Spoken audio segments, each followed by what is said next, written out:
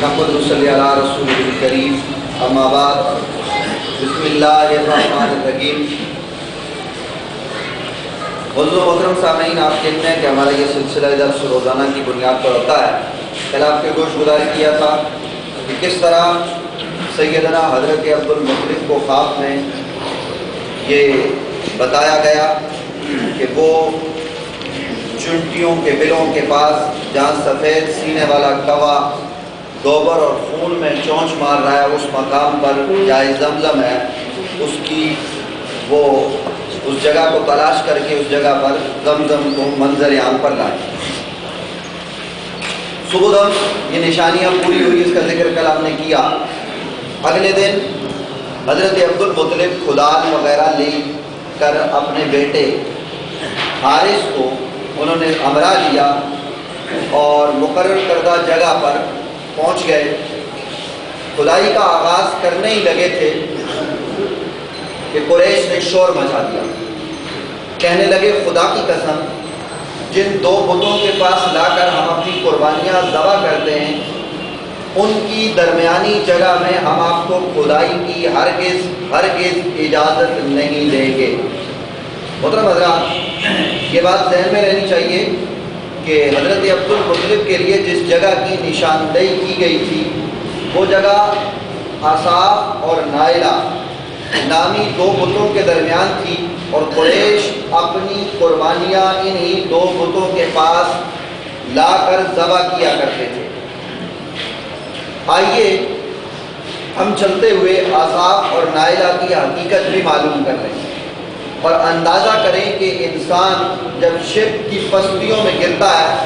तो कहाँ तक गिरता चला जाता है। आसाफ और नाइला ये दोनों कबीला जरम के दो अफराद थे, वही कबीला जिनकी बदअमालियों के सबब अल्लाह ने उन पर अज़ाब नाजिल किया और जिसके सरदार ने, आपको मैंने इब्तिदा में बताया था कि काबा के लिए जमा शुदा फंड वो जाए ज़मज़म में दफन कर दिया था और साथ ही साथ चूँकि ज़मज़म का कुआं पहले से खुश्क था और फिर उसके बाद लड़ाई में उन्हें शिकस्त हुई, उसका जिक्र मैंने आपको गोश गुज़ार किया था। ये दोनों उसी कबीले के अफराद थे, यानी मर्द और औरत। मर्द का नाम आसाफ था और औरत का नाइला। इन दोनों ने ऐसी गनहाउनी हरकत की थी कि इब्लीस भी उस रोज़ चीख उठा था। किया इन्होंने ये कि ऐन अय्याम हज में जब काबा मुकर्रमा को इन दोनों ने थोड़ी देर के लिए खाली पाया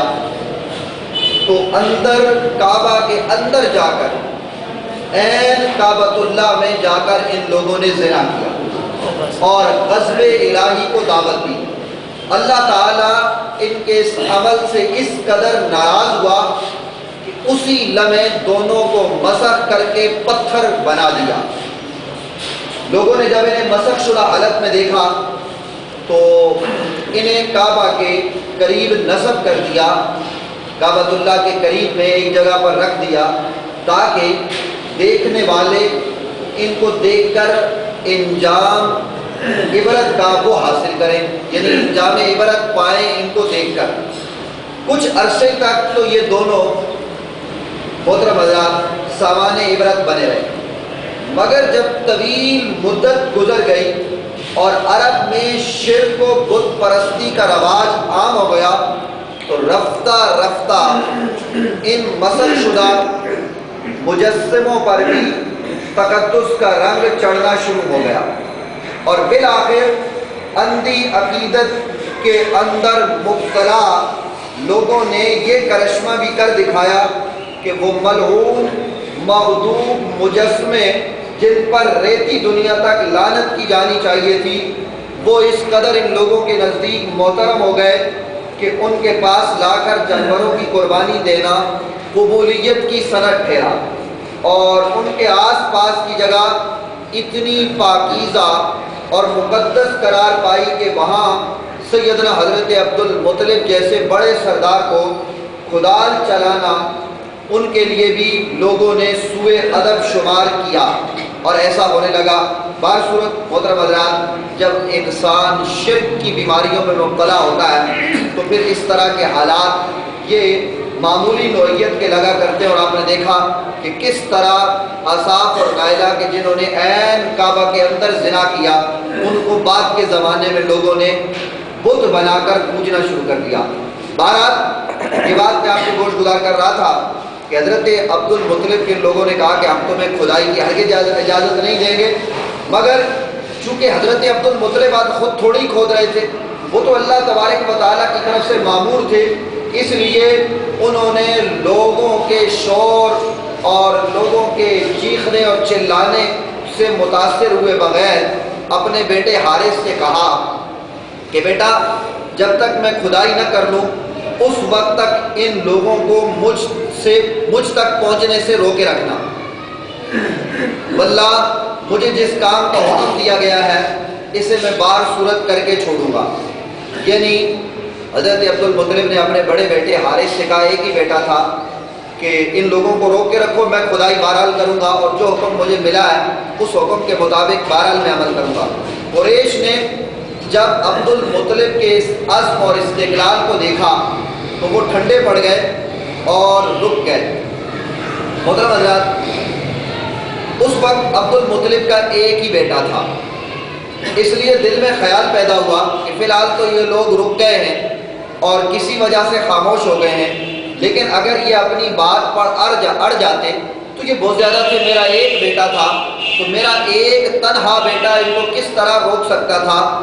چنانچہ اس موقع پر عبد المطلب کو ایک شخص نے یہ طعنہ بھی دیا، اس کا نام عدی تھا، اس نے کہا اے عبد المطلب تم لا ولد ہو، یعنی عبد المطلب تم ہم پر روب جماتے ہو، حالانکہ نہ آپ کی اولاد ہے اور نہ آپ کے پاس مال، آپ تو ایک تنہا آدمی ہیں۔ ایسے میں عبد المطلب کو اپنی بے سر و سامانی اور تنہائی کا شدت سے احساس ہوا، اور یہ عجیب و غریب نظر انہوں نے مان لی، لیکن یہ بات ذہن میں رہنی چاہیے کہ عرب معاشرے میں جہاں ہر آدمی کئی شادیاں کرتا تھا اور کثیر اولاد والا ہونا، یہ محترم حضرات اس معاشرے میں عزت اور مقام اور مرتبے کے لحاظ سے ایک بڑی چیز ہوا کرتی تھی۔ ایسے میں ایک بیٹے کا ہونا یا نہ ہونا یہ برابر تھا، اس لیے حضرت عبد المطلب کو انہوں نے کہا کہ تیری تو کوئی اولاد ہی نہیں، اور حضرت عبد المطلب کو بھی بہرحال اس کا احساس ہوا۔ چنانچہ اس موقع پر انہوں نے ایک عجیب و غریب نظر مانی۔ وہ نظر کیا تھی؟ کہنے لگے لَإِن جَاءَ لَهُ 10 بَنِينَ وَصَارُوا لَهُ أَعْوَانًا لَيَذْبَحَنَّ أَحَدُهُمْ قُرْبَانًا عِندَ الْكَعْبَةِ، اگر اللہ تعالیٰ نے 10 بیٹے دیے مجھے جو جوان ہو کر دست و بازو بنے، تو میں ان میں سے ایک کو کعبہ کے پاس اللہ کے راستے میں قربان کر دوں گا۔ اب یہ حضرت عبد المطلب نے نظر مانی، اور نظر یہ تھی کہ اگر اللہ نے مجھے 10 بیٹے دے دیے تو ان 10 میں سے ایک اللہ کے راستے میں قربان کروں گا۔ محترم حضرات، اس نظر کا کیا ہوا؟ زمزم کے دوران دوبارہ جو ہے وہ کھدائی کے دوران لڑائی ہوئی یا نہیں ہوئی، پھر کاہن اور کاہنہ کے پاس جانے کا معاملہ، ان تمام چیزوں کا تذکرہ کل کے درس پر ہم اٹھا رکھتے ہیں۔ اللہ رب العالمین کی بارگاہ میں دعا ہے کہ وہ رب ہم سب کو حضور انور صلی اللہ علیہ وآلہ وبارک وسلم کی سیرت طیبہ کو سننے، سمجھنے اور اس کے مطابق عمل کرنے کی توفیق